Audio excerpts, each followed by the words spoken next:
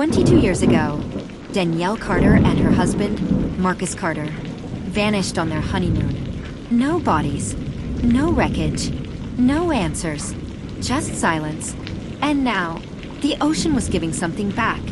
The story should have ended in the late 90s. Back then, Danielle was described as ambitious but unrealistic. A young black woman who had just married into a wealthy, powerful family, the Whitmores. Marcus Whitmore, old money, corporate legacy, influence that reached far beyond boardrooms. Their marriage had been whispered about, questioned, judged. People didn't say it out loud, but the message was clear. She didn't belong. When the couple disappeared during a private island honeymoon arranged by the Whitmore family, the investigation was fast and shallow. The official report, presumed lost at sea. No suspects, no deeper inquiry. Case closed. But someone never accepted that answer. Naomi Carter, Danielle's younger sister. At just 16, Naomi watched the world dismiss her sister like she was nothing. Watched reporters mispronounce her name. Watched police shrug off questions. And she made a promise. One day, I'll find out what really happened. 22 years later, Naomi wasn't a grieving teenager anymore. She was a maritime investigator. And the moment she heard about the suitcase, she knew the truth had finally surfaced. The case file hadn't aged well. Missing reports incomplete. Witness statements inconsistent. Evidence non-existent. But the Whitmore name still carried weight. When Naomi requested access to the original investigation, she was denied. Sensitive materials, they said. Family privacy. Naomi laughed. Privacy hadn't mattered when her sister's story was ignored. The suitcase was brought into a secured lab. Inside were clothes, faded but intact, a passport, a broken camera, and at the bottom, wrapped carefully in plastic, a letter. Naomi's hands trembled as she unfolded it. The ink was smudged but readable. 4 lines. 4 sentences that changed everything. We were never alone. They watched us from the moment we arrived. Marcus tried to fight them.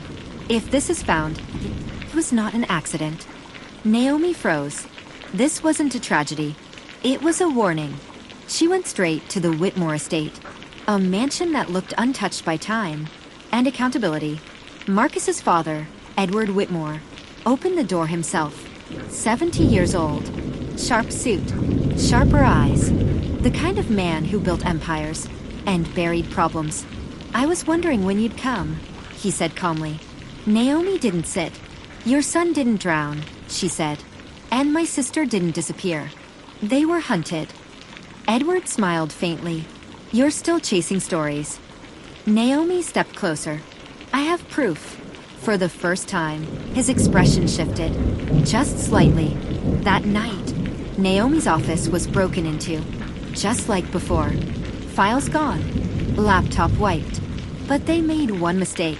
They left the suitcase. And Naomi had already memorized the note. Digging deeper, she uncovered something the original investigators ignored.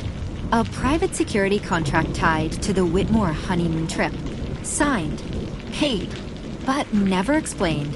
The company dissolved. The employees untraceable, except for one, a former contractor who had disappeared shortly after the honeymoon.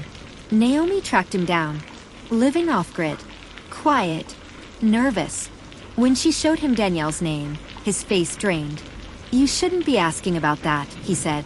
People died, Naomi replied. I deserve the truth. He hesitated, then whispered something that shattered everything. It wasn't a honeymoon. It was a setup. The truth unfolded like a storm. Marcus Whitmore had discovered something before the trip. Financial fraud, illegal offshore accounts, family secrets that could destroy the Whitmore empire. He planned to expose it, but he told the wrong person. His father. The honeymoon wasn't a celebration. It was containment. The private island, controlled. The security team, not protection. Silencers. Marcus fought. Danielle saw everything. And that made her a liability. Naomi returned to the estate with everything she had gathered. This time, she wasn't alone. Federal investigators stood behind her. Cameras lined the gates. The world was watching. Edward Whitmore stepped outside, still composed. "You think you've won?" he asked quietly. Naomi held up the note. "No," she said. "I know I have." The arrest was swift. Charges stacked higher than the mansion behind him. Fraud, conspiracy, kidnapping, and finally, murder. For the first time in 22 years, justice had a voice. And it sounded like Naomi Carter. But as the case moved forward, one question refused to fade. Where were the bodies? The ocean had returned the suitcase, the note, the truth. But not Danielle, not Marcus. Weeks later, Naomi received a package. No return address. Inside was a flash drive. One file. Grainy footage. Nighttime. A dock. 2 figures being loaded onto a boat. Alive. The timestamp? 3 days after the accident. Naomi's breath caught, because if they survived that night, then the story wasn't about what happened to them. It was about where they were taken, and why someone kept them alive. As the screen flickered, the final frame froze on Danielle's face, bruised, terrified, but alive, and looking directly into the camera. Watch what will happen in part 2.